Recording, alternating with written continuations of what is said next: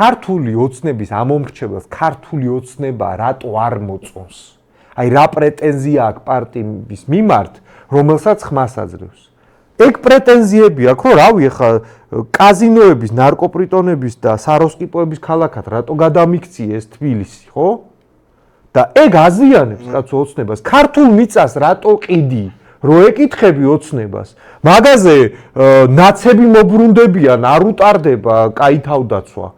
რავი კაცო, რატო ყიდი ქართულ მიწას? რატო ჩამოასახლე ამდენი უცხოტომელი? რა შუაშია მან ნაცები მობრუნდნენ?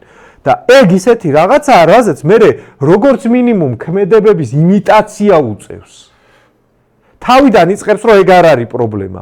მე ჩვენ ისე გეგმაზომიერად მივყვებით ხოლმე, რომ რაღაცა კაი პრობლემა რაღაცას ვიზამ. მაგის კეთება მაინც უწევს ხოლმე. ამიტომ თუ ვინმე მიცის რაზე უნდა მიაწვეს ოცნებას, ეგ ჩვენ ვართ, კაცო. კონსერვატორების საქართველოსთვის